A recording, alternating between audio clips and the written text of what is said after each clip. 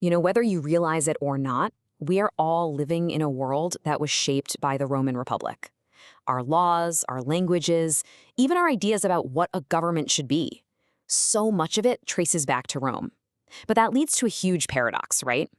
How did a civilization that was so incredibly successful, so foundational to everything that came after, end up completely destroying itself from the inside out? Let's dig in. So, the whole Roman experiment kicked off with this really radical idea. They called their state res publica, which literally translates to the public thing. And this was way more than just a fancy Latin phrase. It was a total mission statement. It was a declaration that the state didn't belong to a king as his private property. No, it belonged to everyone, and its business was to be conducted out in the open for all to see. In the ancient world, this was absolutely revolutionary. But the people wasn't some unified group.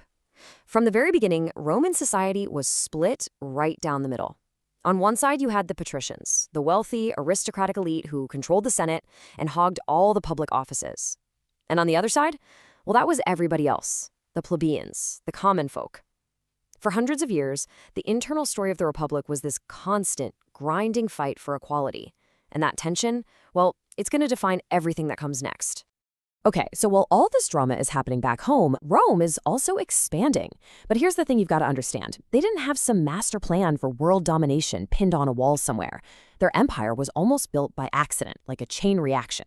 They'd defeat one enemy, which would create a new threat. So they'd defeat that one, and on it went until they were pretty much the last one standing. So how'd they pull it off? Well, the Senate came up with this incredibly effective and frankly ruthless playbook. First up, divide and conquer. They were absolute masters at playing their enemies against each other, making sure they only had to fight one major foe at a time. Second, and this is brilliant, they only negotiated from a position of strength. Their rule was simple. You never ever sue for peace when you're losing. They would take horrific losses, fall back, regroup, win just one battle, and then they'd sit down and dictate the terms. And finally, they locked it all down. They'd build colonies in the new territory and connect them with those legendary Roman roads, which meant their legions could march in and crush any rebellion with terrifying speed. Well, a strategy that's successful is bound to run into someone else's, right? Eventually, this expansion led to a head-on collision with the other big power in the Mediterranean, the great merchant empire of Carthage. What came next was basically a century-long brawl for survival, the Punic Wars. As you can see, Rome won the first round and grabbed Sicily. But Carthage was far from done. For round two, the Carthaginian general Hannibal did something nobody thought was possible. He took his entire army, complete with dozens of war elephants, on this insane, brutal march out of Spain, over the freezing Alps, and slammed right into the heart of Italy. It was this incredible, audacious gamble. The goal was to break Rome's network of allies and force the city to its knees. And for a while there, it almost worked. Hannibal handed the Romans one devastating defeat after another. He was a tactical genius. But, and this is the absolute key, Rome itself didn't break. That whole system of allies and colonies they had spent centuries building, it held firm. And this gave them this incredible strategic depth. So even while Hannibal was running wild in Italy, Rome was able to raise a whole other army, sail it to Africa, and attack Carthage directly. It forced Hannibal to abandon his campaign in Italy and rush home. In the end, the Roman system outlasted Hannibal's genius. And just like that, Rome was the undisputed master of the Mediterranean, victory. But this is where the whole story pivots. It turns out that their greatest triumphs abroad were about to unleash a storm of unsolvable problems back at home. This is the paradox of their success. See, the backbone of the Roman army had always been the citizen soldier. These were guys who owned their own small family farms. But these new wars, fought so far from home, meant these soldiers were gone for years, sometimes a decade or more. They were out there winning a massive empire for Rome, but when they finally got back, many of them found their farms were bankrupt, overgrown, or had already been swallowed up by their wealthy neighbors. So what do? Where do you go? They flooded into the city of Rome. And by the 1st century BCE, the city's population just exploded to, well, look at that, over 1 million people. Can you even imagine that? An ancient city packed with hundreds of thousands of broke, jobless, and deeply resentful former soldiers. They became an entirely new social class, the proletariat. And this just set off a devastating chain reaction. You've got this massive new class of poor city dwellers, the proletariat. So to keep them from rioting, politicians start offering handouts, free food, and gladiator games, the famous bread and circuses. This, of course, just breeds corruption. At the same time, the rich are buying up all that abandoned farmland and creating these enormous plantations called latifundia, which were worked by massive numbers of enslaved people. And of course, those brutal conditions led to exactly what you'd expect: huge, violent slave revolts. The most famous of these, of course, was the one led by the gladiator Spartacus. I mean, he and his army of rebels defeated not one, but two Roman armies before they were finally cornered and brutally crushed. This wasn't just a one-off rebellion, it was a symptom of a republic that was becoming dangerously unstable, unequal, and violent.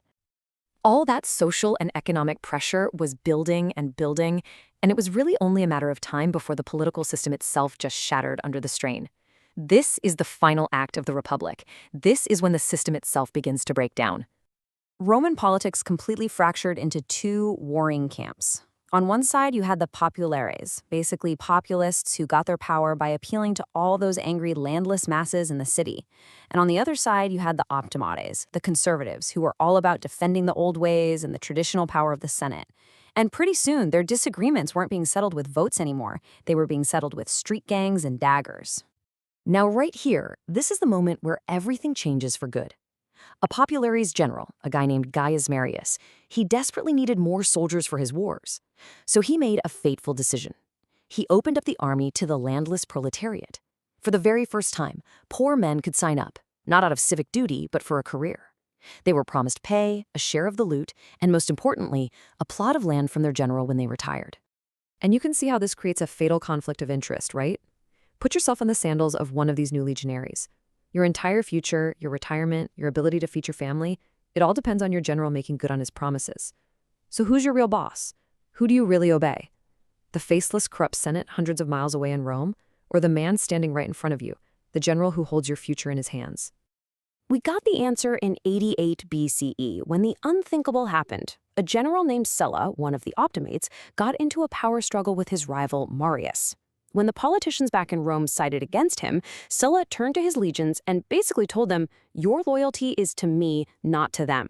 And for the first time in Roman history, a Roman general marched his own army on Rome to seize power by force. The ultimate taboo had just been shattered. Once he was in control, Sulla had the terrified Senate name him dictator.